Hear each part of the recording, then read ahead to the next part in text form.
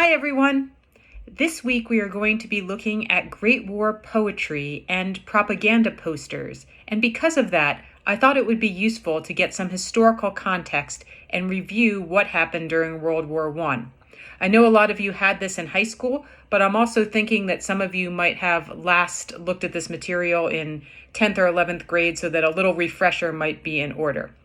So first, I wanted to talk about the dates and what countries were on each side of World War I.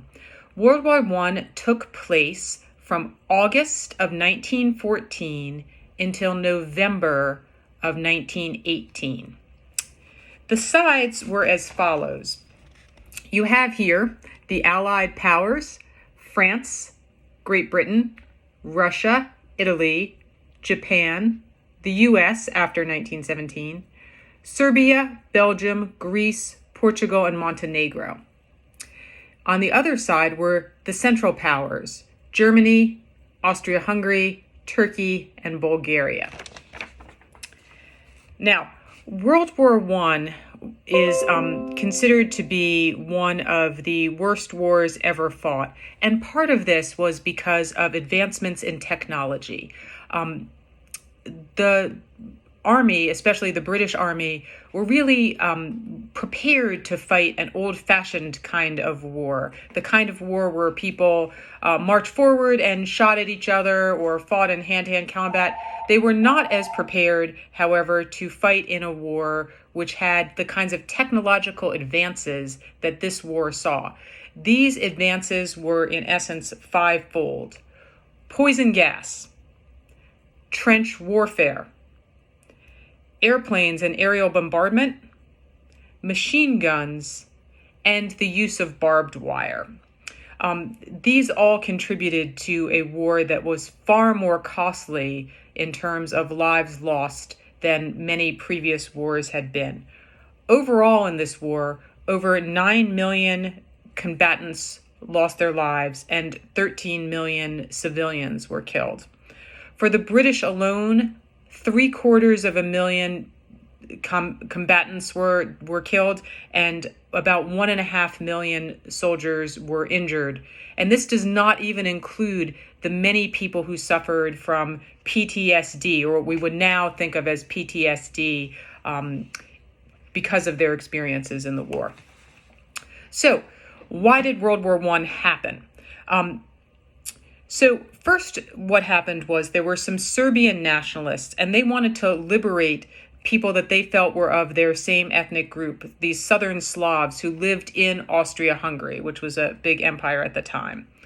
On June 28, 1914, a Bosnian Serb named Gavrilo Princip assassinated Archduke Francis Ferdinand and his wife, Sophia. Austria-Hungary got very angry about this, of course, and declared war on Serbia. Now, Russia was an ally of Serbia, and they, on July 30th, 1914, declared a mobilization, meaning they're calling up their troops in order to fight against Austria-Hungary and Germany, who are on the other side. Germany quickly declared war against Russia. At this point, France declared general mobilization, and on August 3rd, Germany declared war against France. At this point, England is not in it. But right after that, German forces invaded Belgium. So Great Britain had no treaty obligation to fight on behalf of Russia or France, but they did have obligations to Belgium. And so on August 4th, Great Britain declared war on Germany. And that is what impacts the men that we are going to be reading poetry by, namely Siegfried Sassoon and Wilfred Owen, who are both part of the British Army. World War I, many people thought was going to be an easy victory for the Allies. It was not. The first months of war were particularly disastrous, with very heavy casualties. The battlefield strategies simply had not kept up with the advances in technology, and the loss of life was so great that new recruits were needed constantly. At the beginning of the war, a volunteer had to be 5'8" in order to get into the British Army. By October 11th, and remember the war only started on August 4th, a volunteer only had to be 5'5". By November 5th, a volunteer only had to be 5'3", which would include, therefore, almost all British men. I want to talk about some key turning points and battles to talk a little bit about why many British soldiers fighting this war did not find war to be an ennobling masculine experience where they felt like, even though there was sacrifice of lives and, they're taking a huge risk, that they're part of something that's very meaningful and well thought out and going really well.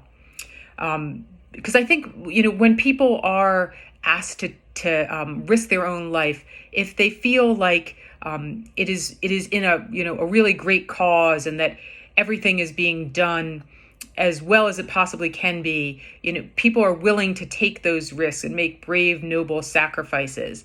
But many of the strategies by the military commanders during World War I struck many of the enlisted men as being poor choices in retrospect, and made the loss of life all the harder to digest and to come to terms with.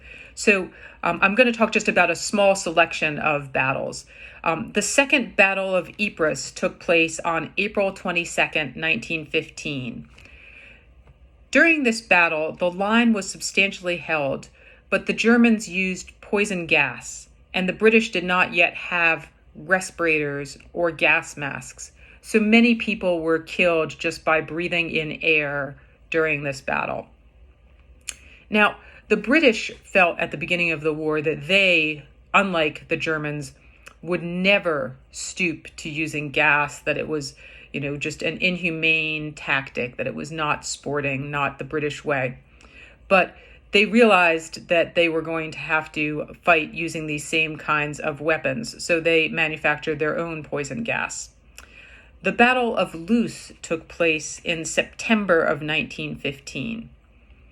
In this battle, the British tried to gas the enemy, but the chlorine gas blew back into their own trenches, slaughtering their own men. Needless to say, this was an absolutely devastating occurrence.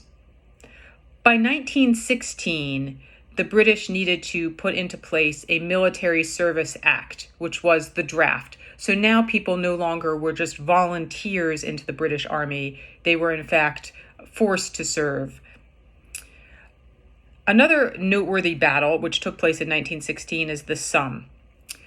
The idea here with the Somme, the strategy was this. The Central Powers had barbed wire dividing their trenches from the British trenches. So there's this line of barbed wire, and the British always felt, man, if we could just cut through that barbed wire, we could send our men forward, we could send the cavalry forward, we'd have this huge advantage. And for this battle, they actually had far more numerous troops than did the Central Powers. So they felt like they had a strategic advantage because they had more manpower. So they bombarded the enemy trenches for a week, trying to cut through the barbed wire. And after this week of constant shelling, which again, it used 1.5 million shells fired out of over 1,500 guns, they started sending waves of British military men forward, walking along a 13-mile wide battlefront. The problem was that the barbed wire wasn't cut through. It was cut through in some places, but even that is a huge problem, because if there is only a narrow passageway cut through and you have these waves of men coming forward, everyone's going to congregate to that narrow point and walk through. The enemy on the other side can just aim all of their guns towards this narrow point that everyone's coming through. It wound up being a complete slaughter. So much so that many men died slow, horrific deaths on the battlefield because there weren't enough troops to take all of the men back to the army field hospitals and get them proper treatment. The USA entered the war on April 6, 1917. Now, when I say that, I should be clear that the US wasn't actually ready to mobilize at this point. They were not ready to start sending men into battle immediately at this point. However, psychologically, knowing that there was this huge additional group of troops that were going to be coming to relieve and supplement the forces fighting for the Allies was a huge morale boost to those in the field. Furthermore, around this same time, there were two fairly big British victories at the Battle of Arras in April of 1917 and at the Battle of Messines in June of 1917.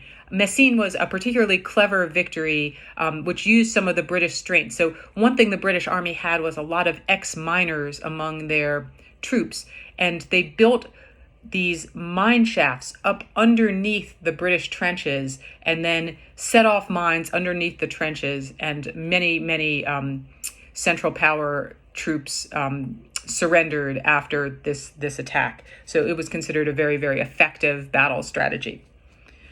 On the other hand, there were still some fairly significant setbacks. From July to November of 1917, there was a battle called Passchendaele, or the Third Battle of Ypres, and it was very similar to the Somme, the battle I mentioned earlier. Here again, they shelled at that barbed wire, trying to cut through so that they could advance the troops. But it didn't work. Again, the same strategy tried a second time was no better. But this time, it was even a little bit worse because the conditions in the field were very, very muddy. And as they shelled the barbed wire, that the muddy fields were churned up. So now when troops advanced, a lot of them were sinking in the mud, and people would get shot and they're sinking in the mud and just drowning as while still being deeply injured and unable to be rescued. Luckily, however, the momentum really after this point did start to shift decisively in favor of the Allied powers, and the war eventually wraps up on November 11th, 1918, which is Armistice Day, and is still celebrated in all the countries that were on the Allied side, including our own. That's when our Veterans Day is. So I hope this has provided a useful, very brief overview of World War I and provide some useful context for thinking about the World War I poetry and propaganda posters that you will be looking at this week. Talk to you soon. Bye.